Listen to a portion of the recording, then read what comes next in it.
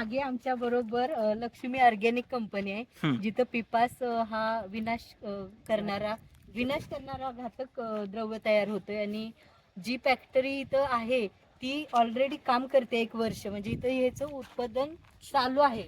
तर लोकांना वाटतं की ही कंपनी चालू आहे की नाही, तर ही कंपनी चालू आहे. आणि तुम्ही बघू शकता की ही लक्ष्मी ऑर्गॅनिक कंपनी, आणि ह्याचं वेस्टेज आहे ते तळोजाला जातंय, म्हणजे तिथं डम्पिंग होतंय. तर तळोजा म्हणजे मुंबईपासून अगदी खूप कमी किलोमीटरवर आहे. तर तळोजातल्या लोकांनी सुद्धा सावधतेचा इशारा घ्यावा मला असं वाटतंय आमच्याकडनं. तर कारण त्यांनी तसं आम्हाला लिहून दिलंय की तळोजात ह्याचं डम्पिंग होतंय म्हणून. हा जो परिसर हे होतोय, म्हणजे बाधित होतोय. माझं पूर्ण सपोर्ट आहे या आंदोलनाला. हा. कारण पहिलं नाव तुमचं. नमस्कार, माझं नाव नेहा धुमाळ. हा. हे जे धरणे आंदोलन चालू आहे त्याला माझं पूर्ण सपोर्ट आहे.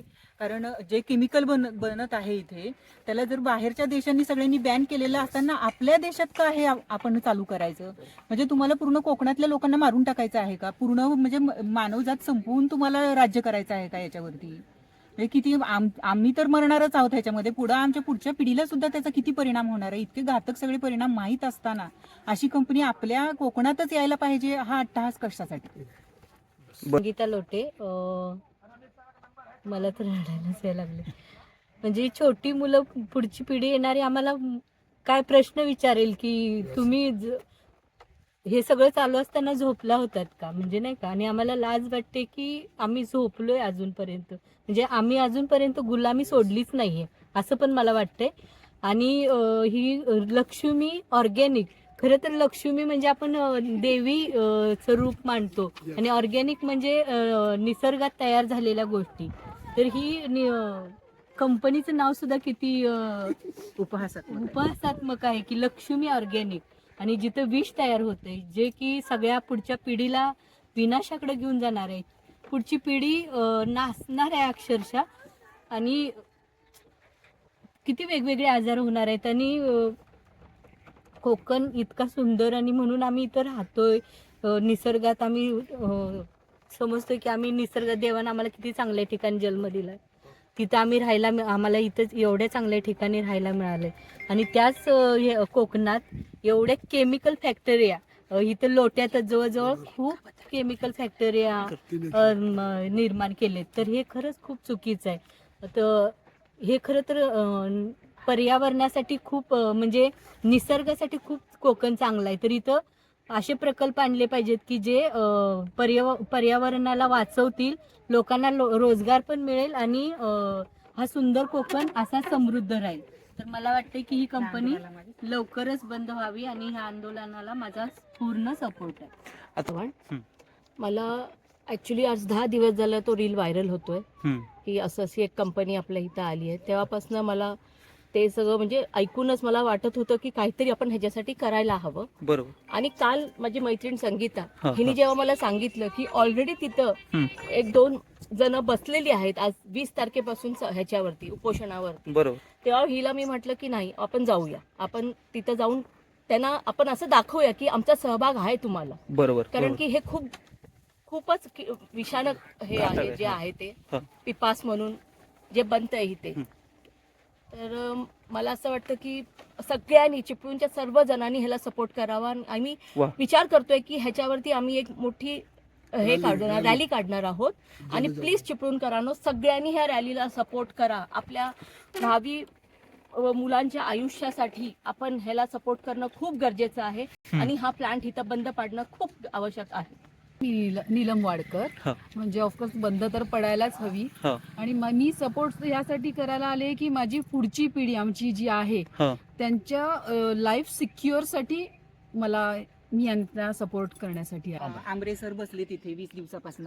अगदी ते म्हणजे उन्हाचा त्रास इतका होतोय तरी पण ते कशाचीही पर्वा न करता, त्यांचं खरं त्यांचं जगून झालेलं आहे. तरी पुढच्या पिढीसाठी आणि आपल्या सगळ्यांसाठी, आपल्या कोकणवासियांसाठी म्हणा किंवा चिपळूणवासियांसाठी त्यांनी एवढं हे करत आहेत. आपल्यासाठी सगळ्यांसाठी ते रात्रंदिवस इथं झटत आहेत, बसलेत. खाण्यापिण्याची त्यांना हे नाहीये, तरी पण ते इथे बसून आहेत, आपल्यासाठी ते कष्ट घेत आहेत, तर त्यांना सपोर्ट करण्यासाठी आम्हाला जे जे काही करता येईल ते आम्ही सगळ्या महिलांनी आता करणार आहोत. आज आम्ही हे सगळं फक्त ऐकून, दुसऱ्या मैत्रिणींकडनं आम्ही ऐकून इथे आज बघायला आलो. आज सत्य परिस्थिती आमच्या समोर आली. ते किती कष्टात हे सगळं करत आहेत, सहन करून सगळ्या गोष्टींना ते तोंड देऊन इथे उभे आहेत की नाही आम्हाला हे करायचंच आहे.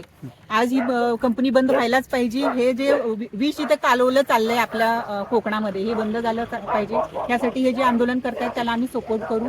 आमच्या ह्याच्यानी महिलांना आम्ही सगळ्या आमच्या आजूबाजूच्या सगळ्या महिलांना त्यांना आम्ही जागरूक करू आणि प्रत्येकांच्या घरी जाऊन ह्याचे काय काय साईड इफेक्ट आहेत, ह्या कंपनीत काय काय चालू आहे, आता सध्या कुठले कुठले विषारी घटक तयार होत आहेत आणि त्यांचा काय काय परिणाम आहे, हे सगळं आम्ही आजूबाजूच्या बायकांना सांगू आणि जमेल तिथे चर्चा करू, ग्रुप डिस्कशन्स करू आणि मग सगळ्या बायकांना एकत्र करून एक तारीख ठरवू आणि एक मोठी रॅली काढू.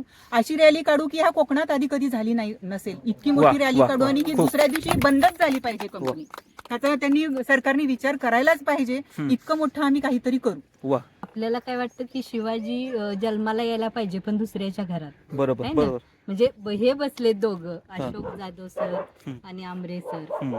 पण मला तर वाटतं की मी सुद्धा इथे येऊन बसावं खरं तर. म्हणजे असं कुठलंही एखादं काम करायचं तर त्याला सगळ्यांनी मिळून केलं ना तर त्याचं एक काठी लगेच मोडती, पण हजारो काठी जर बांधली आणि त्या मोडायला कोण गेलं तर ती मोडत नाहीये. तर असे सगळ्या हजारो लाखो लोकांनी, हे फक्त कोकणासाठीच नाही आपल्या देशासाठी म्हणजे मानव जातीसाठी हे विषारी घातक आहे जे तयार होतंय. तर सगळ्यांनी ह्यात सहभागी व्हायला पाहिजे. म्हणजे असं नाही की फक्त चिपळूणच्याच लोकांनी किंवा खेडच्याच, तर ऑल ओव्हर इंडियातनं सगळ्या लोकांनी ह्या रॅलीसाठी सपोर्ट करायला पाहिजे. सगळ्यांनी येऊन हा लढा आपण लढला पाहिजे आणि जिंकला पाहिजे. पिढीनं सांगेन की तुम्ही तर इथं ह्यांना खूपच म्हणजे सपोर्ट करा. ह्या दोघांना पण, जाधव सर आणि आमरे सर, ह्या दोघांना पण सपोर्ट करा.